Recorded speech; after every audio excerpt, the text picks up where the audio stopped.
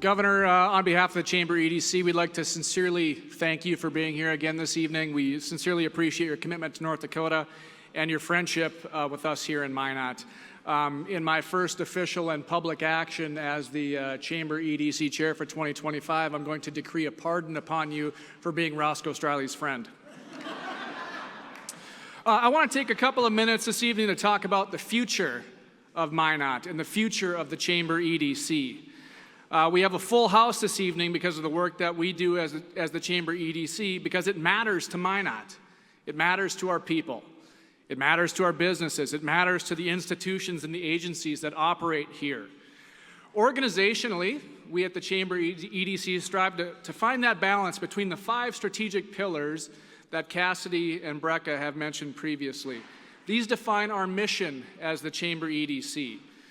You may have seen these pillars listed on banners throughout the room. I want to touch briefly on each one of these things to give you a vision for what lies ahead for the Chamber EDC. First thing I want to touch on is our member investor pillar.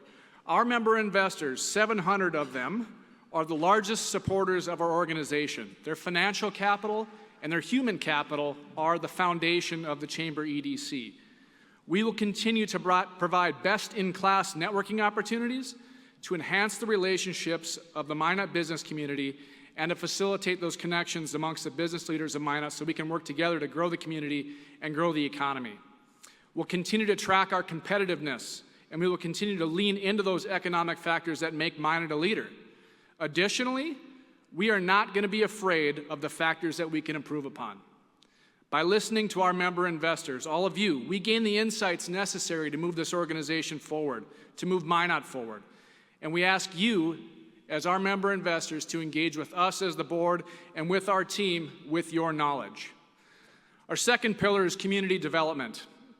We'll continue to build upon the momentum that has been realized to build up our entrepreneurial ecosystem here in Minot. Cassidy mentioned Startup Minot and the role that has had in developing that entrepreneurial ecosystem. Twice a year, this program assembles a group of aspiring entrepreneurs to fully flesh out their business plans so they can grow the Minot community from within. There's something truly inspirational to be witnessed within these cohorts. Its members support each other's dreams, and by doing so, they make their business plans more effective. This program is growing entrepreneurs, and our economy will continue to see the benefits of this. Workforce development continues to be one of the major keys for new and existing Minot businesses alike. We will pursue the establishment and expansion of a health sciences institute in downtown Minot that converts assets held by Trinity Health into a world-class healthcare training center. Through partnerships between Trinity Health, Minot State University, the Minot Chamber EDC, and other entities that are interested and willing to solve our workforce challenges, we will address our community's healthcare workforce challenges and have a lasting positive impact on the healthcare system in the Minot area. We'll do this because we should and because we can. We have exciting work occurring under our economic development pillar. This past October, as Cassidy mentioned, we celebrate 100 unit trains leaving the logistics park in North Dakota. That also marked the 4th consecutive year of sustained intermodal operations. And we're committed to seeing that service continue. But why does it matter? It matters because it opens up new markets to our farmers and new markets to our shippers. Shippers now have the option to get their single containers of product anywhere in the world, with the intent of finding the most lucrative markets available to them. For our local exporters that have historically relied on intermodal service, it also means reduced shipping costs because they no longer have to haul their product to facilities in Winnipeg or Regina or the Twin Cities. It matters because we have neighbors in the Red River Valley that are now trucking their products to us here in Minot because our service matters to them and it gives them an economic advantage that they don't have in Fargo. Go Minot, baby.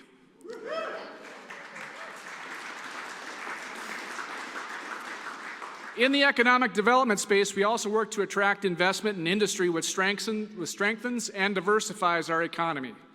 It's a privilege to be joined this evening by Murad Al-Khatib and Eric Barch of AGT Foods, also by Ed Niebauer, Catalyst Midstream, and Jim Bogalis of Scranton Holding Company and North American Iron. These people and these companies have invested in Minot and they continue to invest in Minot.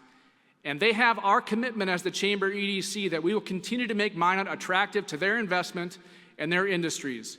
And we hope to celebrate all of your successes in 2025 and beyond. We look forward to those celebrations. Finally, I'll touch on the work of the Chamber EDC's Task Force 21. That organization will continue to support the missions and the airmen of the Minot Air Force Base. So thank you to the Warbirds of the 5th Bomb Wing and Colonel Lamarand. Also a heartfelt thank you to the Rough Riders of the 91st Missile Wing, Jimmy Schleybaugh and Chief Becky Thomas. We have a strong partnership with the Air Force Base because their mission matters to the world, and it matters to us. We often boast of $651 million of economic impact annually of the Minot Air Force Base, but the reality is that the mission matters most.